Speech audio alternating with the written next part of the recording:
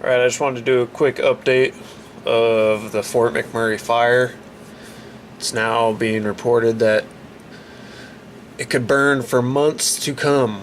As you see in the headline here, wildfire could burn for months to come, officials say. And I'm just going to play the first like 20 seconds or so of this video. Sunday, marking day 8 of the fire in Fort McMurray in Alberta, Canada, the Associated Press is reporting that 400,000 plus acres of land has been burned. So it's burning a little more slowly than originally thought, but don't get us wrong, this fire is still so large it's going to take months to extinguish. So 400,000 acres plus have burned now. It's really amazing. The CBC is reporting that 500 firefighters from Fort McMurray are fighting it now. 66 from Anzac, 82 from Ontario, 22 from Manitoba, and 40 additional wildfire fighters, say that 20 times fast, expected from Quebec on May 10th, and 20 more expected from New Brunswick on May 11th. So just tons of amounts of resources being pumped into fighting this fire.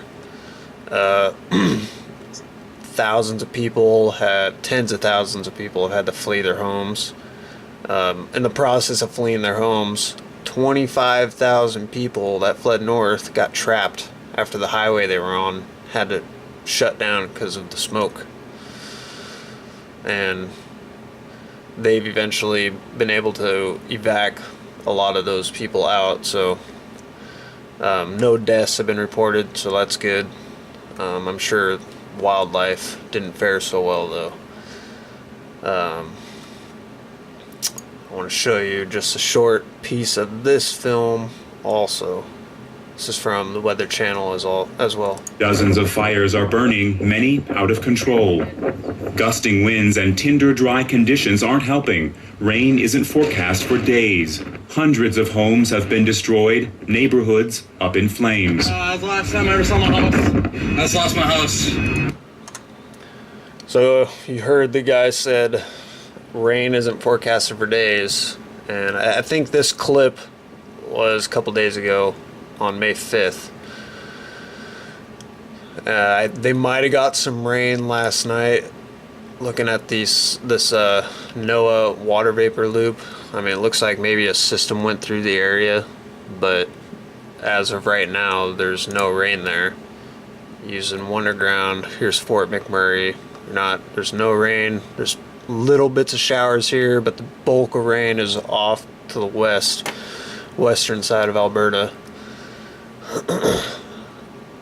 And this is the whole point of this video that I was getting to, is that on May 4th, I'm using NASA Worldview's satellite imagery now. On May 4th, this weather system that was coming into the area was being subjected to a massive amount of frequency. There's no denying that's what this is. And this isn't just in a local area. I mean, this is spanning hundreds of miles. So, I mean, it goes clear up in this area too. It's not as defined, but if you look closely, it's there. And I just want to point out that the climate engineers messing with the weather while this fire is going on, in my opinion, is the reason why they're not getting the rain to the area that they need. If you go back on May 3rd, you can see a lot of the smoke is engulfing the area. This is when the fire really exploded. There is a nice aerosol trail getting laid right through the middle of it all. He's a little north of Fort McMurray, and it stretches all the way across Saskatchewan as well. Basically starts right here, really fine, but if you look real closely, it actually goes on farther past. He goes all the way through Saskatchewan, hits Alberta, and just keeps going. disappears into the smoke cloud. I'm sure he kept going. So that's what I'm pointing out in this video, is that while this horrible situation is taking place, these people fleeing for their lives, literally, if you watch some of the footage, I mean, people driving through neighborhoods in traffic with fire on both sides of them and embers flying around. I mean, just the worst case scenario. And all the climate engineers want to do is play with the weather above their heads and spray them with toxins.